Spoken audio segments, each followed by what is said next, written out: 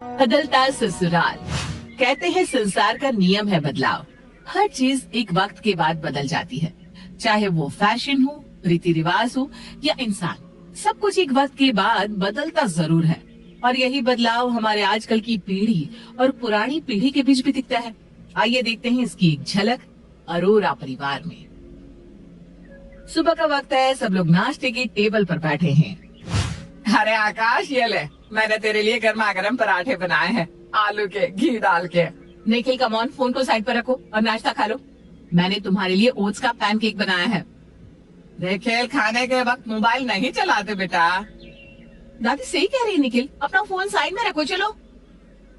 Phone में क्या देख रहा था वैसे? तो गाने सुन रहा होगा, रेडियो में है ना। जब हमने आकाश को मोबाइल लेकर दिया था ना, तो वो भी सारा दिन रेडियो पे गाने सुनता रहता था। हाँ दादी, और क्या करूँगा, फोन में गाने ही तो सुन रहा था। इंस्टाग्राम पे आजकल कौन से गाने सुनने लगा है तू? मैंने अभी देखा तू ऑनलाइन था। और कितनी देर से ऑनलाइन था? हाँ निखिल, फोन हमने तुझे इमरजेंसी के लिए दिया है, रील्स देखने के लिए नहीं। अरे मम्मा, आप जब देखो सब कुछ चेक करती रहती हो। पापा का अच्छा था, जब चाहे रेडियो सुनो। अरे तब फोन में रेडियो और 2 गेम्स के अलावा और कुछ होता भी नहीं था। ये रील्स क्या होता है? अरे दादी कुछ नहीं, सब लोग अपने अपने वीडियोस डालते हैं, उसमें से काफी कुछ सीखने को मिलता है। दादी को कुछ पता नहीं है तो उन्हें कुछ भी बताने की जरूरत नहीं है। मम्मी जी, ये रील्स देखने की आदत ना बहुत खराब है। बहुत समय बर्बाद कर देता है ये बच्चों का, जिनसे उनकी आंखों पर तो जोर पड़ता ही है, लेकिन उनका वक्त इसी में चला जाता है और उनकी पढ़ाई भी अफेक्ट होती है। अरे निखिल, अगर ऐसा है तो मत चलाया कर बेटा ये सब, समझा? जी दादी। तू मेरी मम्मी को बेवकूफ बना सकता है, अपनी नहीं। अरोरा परिवार में 2 माएं एक साथ रह रही थी, जिनकी सोच और समझ दोनों एक दूसरे से बिल्कुल अलग थी। पर क्या आप पता लगा सकते हैं कि कौन सही है और कौन गलत? मम्मी जी, मैं ऑफिस जा रही हूँ। हाँ माँ, मैं भी निकलता हूँ। चलो, मैं तुम्हें छोड़ते हुए जाता हूँ। अरे नहीं, मेरे पास स्कूटर है ना, चली जाऊंगी मैं। अगर तेरे पास वक्त हो तो बेटा मुझे मंदिर छोड़ देता। मम्मी जी, मैं छोड़ देती हूँ ना आपको, मेरा ऑफिस मंदिर के रास्ते में ही पड़ता है। ठीक है, मैं अभी आती हूँ। तुम जाओ ऑफिस, मैं उनको छोड़ दूंगी।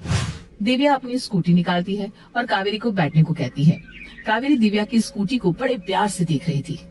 क्या हुआ मम्मी जी? अरे नहीं, कुछ नहीं हुआ। मुझे बहुत खुशी हो रही है कि तुझे ये गाड़ी वाड़ी सब चलाना आता है। आकाश जब छोटा था ना, तो मुझे बार बार इसके पापा को बोलना पड़ता था कहीं भी जाने के लिए। आपके समय में किसी को ज्यादा छूट नहीं थी ना मम्मी जी? हाँ वो भी है, और मैं ज्यादा पढ़ी लिखी भी नहीं थी, और ना ये मोबाइल फोन्स थे जिनसे मैं कुछ सीख पाती। वो बात तो है मम्मी जी, पहले इतनी चीजें नहीं थी सीखने के लिए। अच्छा चल, सब्जी ले ले यहाँ से, कितनी ताजा और अच्छी लग रही है, देख तो। मैं ऑनलाइन ऑर्डर कर दूंगी ना मम्मी जी। अरे सब्जियाँ तो देख कर ही लेनी चाहिए, और यहाँ से 2 पैसे सस्ती भी मिलेंगी। आजा आजा। ठीक है, आप ले लीजिए, और ये देखिए सामने ही है मंदिर। अच्छा ठीक है, तू जा अपने ऑफिस, मैं यहाँ से सब्जी लेके मंदिर चली जाऊंगी। फिर आप वापस कैसे आएंगी मम्मी जी? अरे मैं इतनी भी भोली नहीं हूँ बहू, यहाँ से ऑटो करवा के चली जाऊंगी। नहीं नहीं, मैं निखिल को फोन कर देती हूँ, वो ट्यूशन से जाते हुए आपको लेता हुआ जाएगा। ठीक है? ठीक है, अगर वो यहाँ से जा रहा है तो मुझे लेते हुए जाए। ठीक है, मैं कॉल कर देती हूँ निखिल को। दिव्या कावेरी को मंदिर छोड़ने के बाद निखिल को फोन लगाती है। हाँ मम्मी। कहाँ हो बेटा अभी? अरे मम्मी, ट्यूशन में हूँ, और कहाँ होऊंगा। अच्छा, तुम्हारा ट्यूशन आजकल मैकडोनाल्ड में लगता है क्या? हाँ? वो आपको? तुम्हारे दोस्त रवि ने इंस्टाग्राम पे डाला है स्टोरी, और तुम भी दिख रहे हो उसमें। अरे ये रवि भी ना। मम्मी सॉरी, वो बस आज ही, आगे कभी ऐसा नहीं करूँगा। आगे से तुम कर भी नहीं पाओगे। आज ही मैंने तुम्हारे ट्यूशन सर से कहा है कि वो एक व्हाट्सएप ग्रुप बना दे पेरेंट्स का, और बच्चे कब आ रहे हैं, कब नहीं, कहाँ है, इसकी सारी डिटेल्स हमारे साथ शेयर कर दे। तो अगली बार बिना बताए कहीं जाने का सोचना भी मत। ओके मम्मा। और सुनो, अभी निकलो वहाँ से, और जाते वक्त दादी को मंदिर से लेते हुए जाना। ठीक है मम्मा। नो मोर मस्ती, ओके? ओके। अब तो ट्यूशन बंक करके कहीं जा भी नहीं सकते, मम्मी ने तो सारे रास्ते ही बंद कर दिए। ये इतनी होशियार मम्मी होना भी ना सेहत के लिए अच्छा नहीं है। चल निखिल बेटा निकल ले यहाँ से, अब मंदिर दादी को भी लेने जाना है। निखिल वहाँ से निकलकर सीधा अपनी दादी को लेने मंदिर पहुँचता है।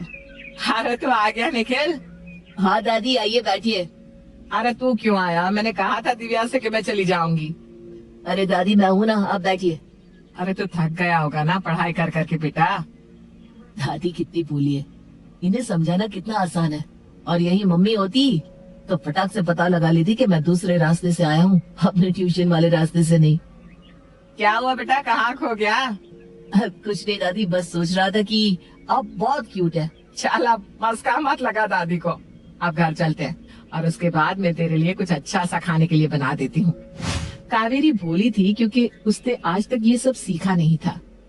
वो तो दिव्या ही होशियार थी क्योंकि वो आज के जमाने के हिसाब से सब कुछ सीख लेती थी। लेकिन निखिल को तो अपनी दादी ही ज्यादा पसंद आती थी, जिनसे वो कुछ भी कहे तो वो मान जाए। दादी ये देखिए, ये कैसा है? अरे पर ये क्या है बेटा? दादी ये ना एक तरह की बुक है, इसमें बहुत सारी किताबें होती है। आप इन्हें एक साथ पढ़ भी सकते हैं और सुन भी सकते हैं। अच्छा, आजकल तो पता नहीं क्या क्या बन गया है। तू ले लेना, इससे तेरी पढ़ाई भी अच्छी हो जाएगी। हाँ दादी, लेकिन मम्मी लेने नहीं देंगी मुझे, आप तो जानती है ना मम्मी को।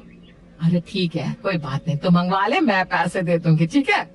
थैंक यू दादी, यू आर दी बेस्ट। अरे आप चल जाकर कुछ खा ले बेटा। जी दादी।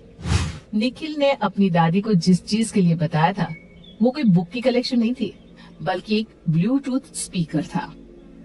अरे ये कहाँ से आया स्पीकर? वो मुझे दादी ने लेकर दिया है। मम्मी मैं इसमें बुक्स डाउनलोड करके भी पढ़ सकता हूँ। अच्छा, तू पहले अपने स्कूल की बुक्स तो पढ़ ले बेटा, और इसमें तू पढ़ेगा और सुनेगा। मैं सब जानती हूँ। अब उसने ले ही लिया है तो क्या कर सकते हैं? कर सकते हैं, मैंने वाईफाई का पासवर्ड बदल दिया है और बिना वाईफाई चलेगा कैसे? मम्मा प्लीज ऐसा मत करो ना। शुरुआत तुमने की ना, मैंने कितनी बार कहा है कि इन सब चीजों में अपना वक्त बर्बाद मत करो, लेकिन तुम मेरी कोई बात ही नहीं सुनते। सॉरी ना मम्मा। ठीक है अब चलो, जब तुम्हें चाहिए होगा तब मैं तुम्हें पासवर्ड दे दूंगी। अब चल के खाना खा लो। थैंक यू मम्मा। तुमने ये मंगवाया कैसे? अरे मेरी मम्मी तो दिलाने से रही, आपकी मम्मी को पटाकर ले लिया। हाँ, उन्हें पटाना आसान है। बचपन में मैं उनसे पैसे लेता था ये कहकर कि मेरी नोटबुक खत्म हो गई है, एक भी नहीं है, किताब लेनी है या पेन लेनी है, और पैसे लेकर हम दोस्त मस्ती करने चले जाते थे। और यहाँ तो मम्मी को कुछ कह ही नहीं सकते, वो तो खुद चेक कर लेती है किताबें और ऑनलाइन मंगवा भी देती है। हाँ, तुम्हें पता है जब मैं तुम्हारी उम्र का था ना, तब हम लोग स्कूल से भाग जाते थे, और जब प्रिंसिपल का फोन आता था तब मैं मम्मी को बहाना बना देता था कि मेरे दोस्त को चोट लग गई थी इसलिए स्कूल से भागना पड़ा, और वो मान भी लेती थी। सच? और मम्मी को तो ऐसा कुछ बोल ही नहीं सकते। मेरे सारे दोस्तों की मम्मियों के नंबर है उनके पास, उन्हें उल्लू बनाना आसान नहीं है। वो बात तो है, हम वो आखिरी जनरेशन है जिनकी मम्मियाँ इतनी भोली है। हम तो ऐसा कुछ कर ही नहीं सकते, हमारी जनरेशन की मम्मियाँ तो हमसे भी तेज है। काश वो भी भोली होती। निखिल, इसे तो बदलाव कहते हैं, जो संसार का नियम है। आज अगर तुम्हारी मम्मी ये सब बातें नहीं सीख पाएगी तो तुम्हें गलत रास्ते पर जाने से बचा भी नहीं पाएगी। हमारे जमाने की बात कुछ और थी, तब के माहौल में और अब के माहौल में बहुत फर्क है। और रही बात मम्मी की, तो एक बात याद रखना, मम्मी नए जमाने की हो या पुराने जमाने की, माँ तो माँ ही होती है। उनका एक ही मकसद होता है अपने बच्चे की पढ़ाई, समझे? जी पापा, समझ गया। अरे आ जाओ दोनों, क्या कर रहे हो? आ गए। ये तेरे लिए हलवा बनाया है मैंने बेटा। निखिल, ये तेरे लिए केक, तुझे पसंद है ना? आकाश और निखिल एक दूसरे की तरफ देखकर मुस्कुराते हैं।